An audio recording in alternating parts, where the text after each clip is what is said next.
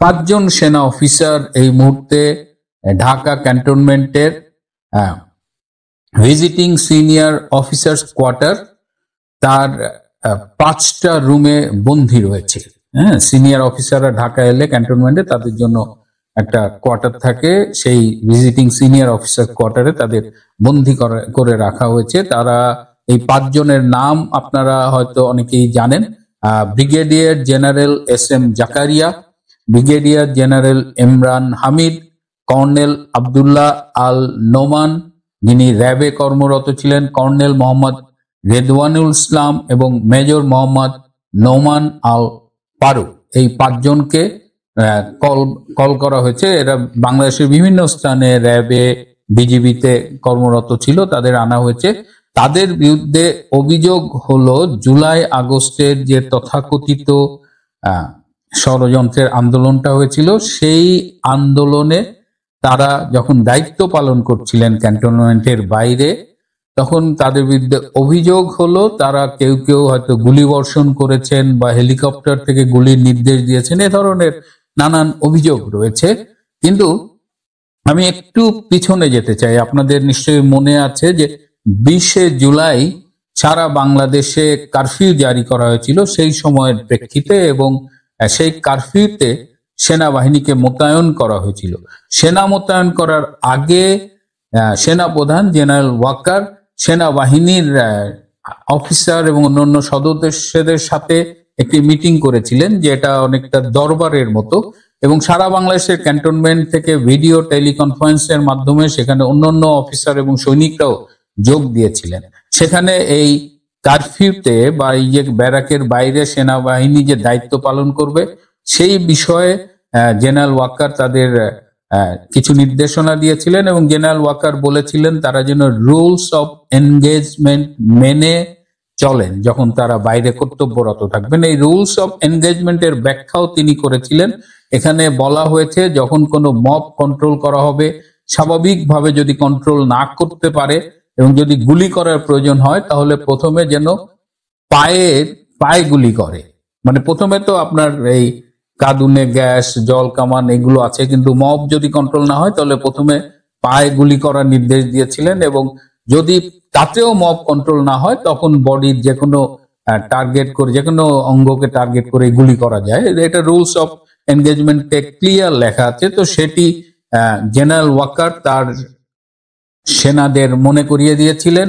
তো তারপরেও দায়িত্ব পালনের এত মাস পরে তাদের এভাবে ক্যান্টনমেন্টে ডেকে এনে এই আন্তর্জাতিক অপরাধ ট্রাইব্যুনালে কিন্তু তাদের বিরুদ্ধে মামলা হয়েছে। অনেকেই বলার চেষ্টা করেছেন যে সেনাবাহিনীতে এরকম কল করে রুটিন সেনা আইনে বিচার হয়, এটা একটা স্বাভাবিক ব্যাপার, কিন্তু এই 5 জনের ক্ষেত্রে কিন্তু এটা সেনা আইনে কোনো বিচারের বিষয় নয়। তাদের বিরুদ্ধে মামলা হয়েছে আন্তর্জাতিক অপরাধ ট্রাইব্যুনালে। আপনারা জানেন যে অবৈধভাবে কিছু অধ্যাদেশ জারি করে এই যে আন্তর্জাতিক ট্রাইব্যুনালটি করা হয়েছিল মূলত 71-এর যুদ্ধ অপরাধ, মানবতা বিরোধী অপরাধকারী এবং অন্যান্য রেলিভেন্ট অপরাধের বিচার করার জন্য, সেই আদালতকে এখন ক্ষমতার অপব্যবহার করে আইনের ব্যত্যয় ঘটিয়ে সেখানে নানান এই জুলাই আগস্টের মামলাগুলো বিচার করছে, যেটা সম্পূর্ণ বেআইনি, এবং সেইখানে এই 5 জন অফিসারের বিচার হবে। এই কারণে তাদের ঢাকায় ক্যান্টনমেন্টে এনে হাউস অ্যারেস্ট করে রাখা হয়েছে। তো এখানে কয়েকটা প্রশ্ন উঠেছে যে এই সেনা কর্মকর্তারা কি স্বেচ্ছায় দায়িত্ব পালন করতে গিয়েছিলেন, না তাদের কারা দায়িত্বে পাঠিয়েছিল? তারা গিয়েছিল সেনা সদরের আদেশে এবং সেনা প্রধানের নির্দেশে তারা দেশের প্রয়োজনে দায়িত্ব পালন করতে গিয়েছিলেন, এবং তারা রুলস অফ এনগেজমেন্ট অনুযায়ী দায়িত্ব পালন করেছেন। তারা যদি কোনো ব্যত্যয় ঘটিয়ে থাকেন সেনা সদস্য হিসেবে, তাহলে তাদের সেনা আইনে বিচার করা হতে পারে। কিন্তু general Waker being an army chief, তিনি তার এই অফিসারদের আইসিটিতে বিচারের পথে ব্যবস্থা করে দিয়েছেন। আমি খবর পেলাম যে এই যে 5 জন যারা, এই 5 জন আসলে অনেকেই তখন দায়িত্ব পালন করেছেন। এই 5 জন আবার মার্কা মারা, কারণ একজনের বাড়ি নাকি গোপালগঞ্জ। এটা তো এখন বিশাল একটা অপরাধ, গোপালগঞ্জে বাড়ি হওয়া মানে এত বড় অপরাধ যে তারে পারলে ফাঁসি দিয়ে দেওয়া হয়। আরো কেউ নাকি শেখ হাসিনার যে অফিস, প্রাইম মিনিস্টার অফিসে দায়িত্ব পালন করেছেন, তারপরে এই সব এদের কারণে এই 5 জনকে ডাকা হয়েছে।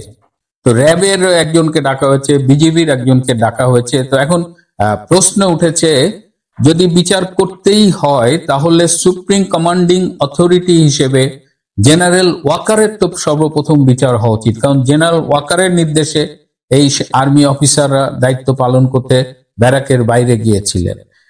বিজিবির মহাপরিচালকের অনুমতি নিয়েই বিজিবির সেই অফিসার দায়িত্ব পালন করেছিলেন। সুতরাং বিজিবির মহাপরিচালককে কেন আইসিটিতে ডাকা হয়নি, র্যাবের মহাপরিচালককে কেন আইসিটিতে ডাকা হচ্ছে না? তার মানে কি?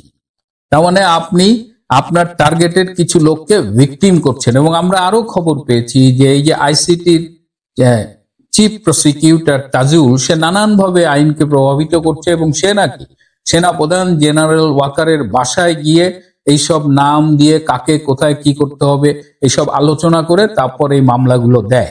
এবং এর আগেও আমরা দেখেছি যে ডিজিএফ আর ডিজির দায়িত্ব পালন করেছেন এরকম 7 জনকে এই আইসিটি মামলায় আসামি করা হয়েছে। তো এটা নিয়ে কিন্তু সেনার বাহিনীর ভেতরে চরম ক্ষোভ, বিশেষ করে মিডল ক্লাস এবং আপার মিডল ক্লাস অফিসারদের মধ্যে, লেফটেন্যান্ট কর্নেল, ব্রিগেডিয়ার জেনারেল, এই লেভেলের অফিসারদের মধ্যে ভীষণ ক্ষোভ দানা বেঁধে উঠছে। তাদের কথা হলো যে সেনাবাহিনীর হায়ার কমান্ডের দায়িত্ব পালন করে যদি অপরাধী হতে হয় তাহলে তো কেউ এই ভবিষ্যতে দায়িত্ব পালন ঠিক মতো করবে না, বা মানে সরকার পরিবর্তন হলেই আপনি অপরাধী হয়ে যাবেন। আপনি গিয়েছেন আপনার আর্মি কমান্ডের কমান্ড ফলো করতে, অথচ আজকে আপনাকে আসামির কাঠগড়ায় দাঁড় করিয়ে দিচ্ছে। এইটা সম্পূর্ণ একটা এটা আসলে কোনো যৌক্তিক কোনো বিষয় না। সুতরাং এই 5 জনকে এখন বলির পাঠা বানানোর চেষ্টা করা হচ্ছে এবং সবার ক্ষোভ হলো যে সেনাপ্রধান কেন এগুলো হতে দিচ্ছে আর কি। সেনাপ্রধানের উচিত ছিল পুরো বাহিনীটাকে প্রোটেক্ট করা, কিন্তু জেনারেল ওয়াকারের ভূমিকা নিয়ে নানান সময়ে নানান কথা উঠছে। আমরাও তাকে নিয়ে খুব কনফিউজ, কখনো মনে হচ্ছে তিনি খুব ভালো, কখনো মনে হচ্ছে তিনি আসলে খুবই একটা প্যাচশেট লোক, আবার কখনো সহজ সরল। এবং যারা তার খুব ঘনিষ্ঠ তাদের অনেককে আমি চিনি, তারা আমাকে কিন্তু তার ব্যাপারে বরাবরই খুব সব সময় খুব সতর্ক করে দিয়েছেন যে এই লোকটার ব্যাপারে যখন কোনো কথা বলবো একটু সতর্ক থাকবা। তো যাই হোক, সেটা নিয়ে আমি কথা বলছি না। কিন্তু এই যে 5 জন আর্মি অফিসারকে আইসিটির মামলায় আসামি করে তাদের আদালতে পাঠানোর জন্য ঢাকা এনে ক্যান্টনমেন্টের এই ভিজিটিং সিনিয়র অফিসার্স কোয়ার্টারে বন্দী করে রাখা হচ্ছে, এই পুরো বিষয়টাই খুবই আপত্তিকর। এবং মানে ছোট জুনিয়র অফিসারদের ভিক্টিমাইজ করা হচ্ছে এবং এগুলো করছে তাজুল আর জেনারেল ওয়াকার মিলে। এবং এর পেছনে হয়তো আরো অনেকে, আসিফ নজরুল টজরুল, এরাও জড়িত। But it should not happen, it should be stop. কারণ আর্মিকে সামগ্রিকভাবে বিতর্কিত করার কোনো রাইট আমাদের কারো নেই, কারণ আর্মি আমাদের দেশের একটা সম্পদ। আমরা তাকে সেই হিসাবেই দেখতে চাই, সেই হিসাবেই তারা দেশের প্রয়োজনে কাজ করবে এটাই আশা করি। তাদের এভাবে ভিক্টিমাইজ করে তাদের মনোবল ভেঙে দিয়ে এই পুরো বাহিনীকেই ধ্বংস করার যে একটা পায়তারা আমরা অনেকদিন ধরেই দেখছি এবং আমি পার্সোনালি বলছি, সেটি অবশ্যই প্রিভেন্ট করা উচিত। তো যারা আমার কাছে জানতে চেয়েছিলেন, এই হলো ঘটনা, এটাই সত্যি ঘটনা। এবং এই সত্যটুকু পেতে আমার একটু সময় লেগেছে। আমার মনে হয় যে এই 5 জনকে এইভাবে ভিক্টিমাইজ না করে 5 জন দে শুড বি রিলিজড। যদি সেনাবাহিনীর আইনে তারা কোনো অপরাধ করে থাকে, সেনা আইন ভঙ্গ করে থাকে, that can be tried. But ICT তে এভাবে তাদের নিয়ে নাজেহাল করা, হয়রানি করা, এটা কোনোভাবেই সমর্থনযোগ্য নয়।